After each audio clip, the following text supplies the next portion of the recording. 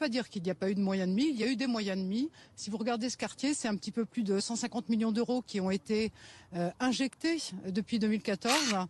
Puis la radicalisation, disons les choses, quoi. Radicalisation, ça veut dire religion, radicalisation religieuse, musulmane. Musulmane, tout à fait. Un niveau de délinquance aussi dont on retrouve les racines dans la radicalisation, ça c'est un fait, que l'on retrouve aussi dans le trafic de drogue.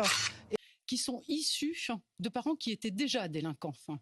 Donc, quelque part, c'est une culture qui se transmet, quoi. Il y a des familles où, bien souvent, eh bien, il se trouve que les parents de ces jeunes étaient aussi dans la délinquance. Donc là, le trafic de drogue et la consommation de drogue, aujourd'hui, sont vraiment une problématique et font même aussi l'objet d'un modèle économique de certaines familles, quoi. Des jeunes pour lesquels il y a des problématiques qui relèvent de la santé mentale. On a des jeunes qui ont des problématiques, je le dis, de santé mentale. Si vous essayez de câbler quelqu'un qui n'a pas déjà les gaines de passage, ça fonctionnera jamais. Une frange de cette population qui refuse aussi toute forme de citoyenneté, qui refuse toute forme d'intégration, puisqu'elle cherche. Donc, quand on a affaire à des sauvages, qu'est-ce qu'on met en place devant ? On se connaît tous, quoi. On se connaît tous. Individus pour lesquels, si on applique des méthodes qui sont peut-être recevables sur des gens qui ont un minimum d'éducation, ça peut éventuellement marcher, mais sur des personnes qui n'en ont absolument pas. C'est-à-dire qu'il va falloir envisager aussi des méthodes qui permettent, pour certains, de les civiliser, mais ils ont fait ce choix d'une forme de communautarisme en voulant imposer leurs lois. Pour certains, ils refusent d'être français.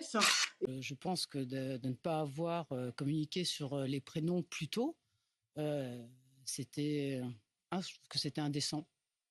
La France nous appartient. La rue, la France nous appartient. Et moi, j'entends le ministre de l'Intérieur qui parle de milice.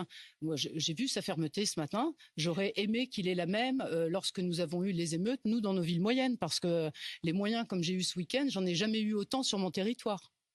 Menace de guerre civile, et attention, comme le dit Gérald Darmanin. Pire, c'est que les agresseurs risqueraient de passer pour les victimes maintenant. Donc, attention.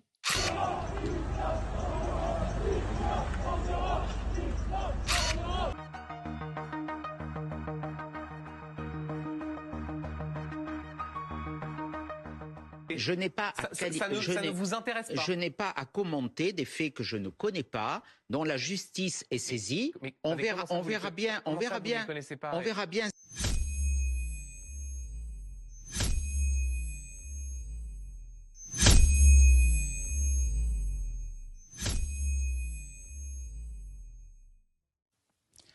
Alors, juste un élément que je ne vous ai pas donné, mais que je vais vous donner. Bien sûr, dans ces messages, je suis qualifiée de facho. Donc, j'imagine d'où ça vient.